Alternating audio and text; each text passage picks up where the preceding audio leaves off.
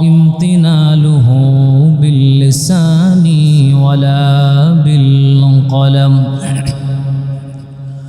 ونشهد أن لا إله إلا الله الحي القيوم الذي لا تأخذه سنة ولا نوم ونشهد أن سيدنا وسندنا وطبيبنا وطبيب في قلوبنا ومولانا محمدا عبد الله ورسوله الذي أرسله بالحق بشيرا ونذيرا وداعيا إلى الله بإذنه وسراجا منيرا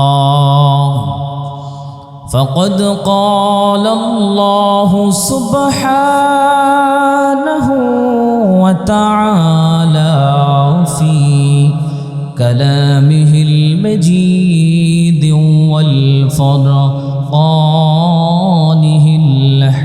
الحميد أعوذ بالله من الشيطان الرجيم بسم الله الرحمن الرحيم قل إن الموت الذي تفرون منه فإنه ملاقيكم ثم تردون إلى عالم الغيب والشهادة فينبئكم بما كنتم تعملون وقال النبي صلى الله عليه وسلم أكثروا من ذكر هذه لذات الموت أو كما قال النبي عليه الصلاة والسلام إن الله وملائكته يصلون على النبي يا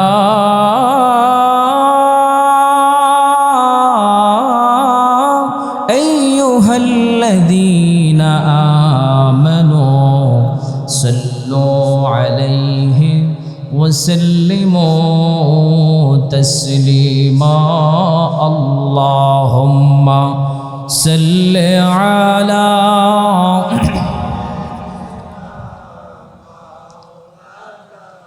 محمد وعلى آل سيدنا مولانا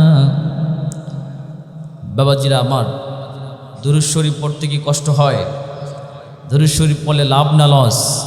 শুধু লাভ না, অনেক লাভ।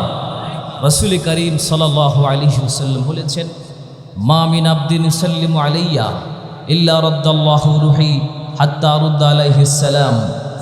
আল্লাহ নবী বলছেন, উম্মত শোনো, পৃথিবীর যে কোনো প্রান্ত থেকে হোক, মক্কি আর মাদানী, আজমি আরবি, পৃথিবীর যে কোনো প্রান্ত থেকে আমি রাসূল করিম সাল্লাল্লাহু আলাইহি ওয়াসাল্লামকে যদি সালাতু সালাম পাঠাও, সে সালাম আমি নিজ কানে শুনতে পাই। শুধু শুনতেই পাই নয়, ফাতুল বারির মধ্যে ব্যাখ্যা করেছেন, রাসূল করিম সাল্লাল্লাহু আলাইহি ওয়াসাল্লামের কাছে যিনি দুরূদ শরীফ পড়েছেন তার নাম, তার বাবার নাম করে বংশ পরম্পরায় নামগুলো উত্থাপন করা হয়। রাসূল করিম সাল্লাল্লাহু আলাইহি ওয়াসাল্লাম যাদের আমল নামায় নেক দেখেন, রাসূল খুশি হয়ে যায়, আর যদি বদ দেখে রাসূল করিম সাল্লাল্লাহু আলাইহি ওয়াসাল্লাম দোয়া করতে থাকে। সুবহানাল্লাহ বলবেন না? দুরূদ শরীফ পড়া দরকার আছে না নাই? আসুন প্রাণ খুলে মনটাকে মদিনার সাথে লাগিয়ে মুহাব্বতে পড়ি, আল্লাহুম্মা সাল্লি আলা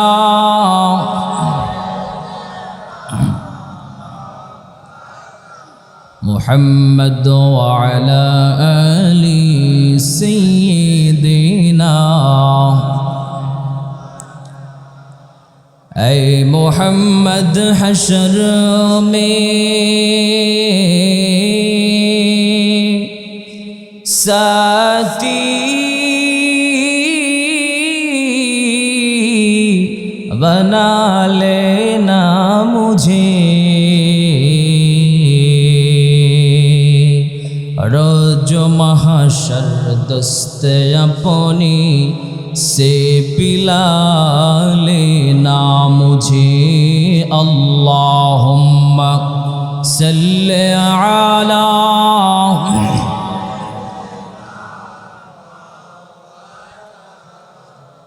व अला आलि सय्यिदिना मौलाना मदीना मदीना मोमिनों की गुनगुना है जौहारे मदीना तुम तो कुछ भी या खुदा है अल्लाहुम्मा सल्ली अला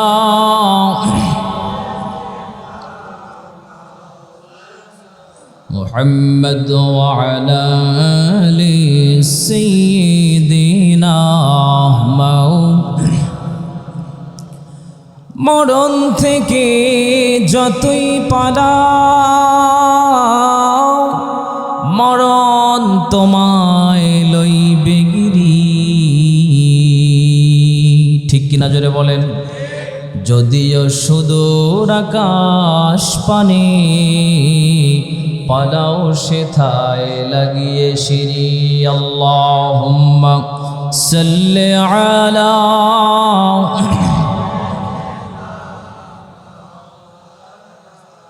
মুহাম্মদ ওয়া আলা আলি সাইয়্যিদিনা মাওলানা লা ইলাহা ইল্লাল্লাহ লা ইলাহা জোরে লা ইলাহা জোরে লা ইলাহা হাসবি রব্বি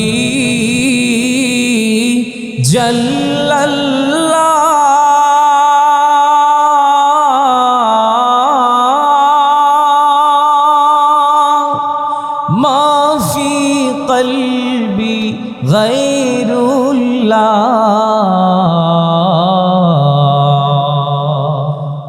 নূর মুহাম্মদ সাল্লাল্লাহু লা ইলাহা ইল্লাল্লাহ লা ইলাহা লা ইলাহা আল্লাহ সর্ব শক্তিমান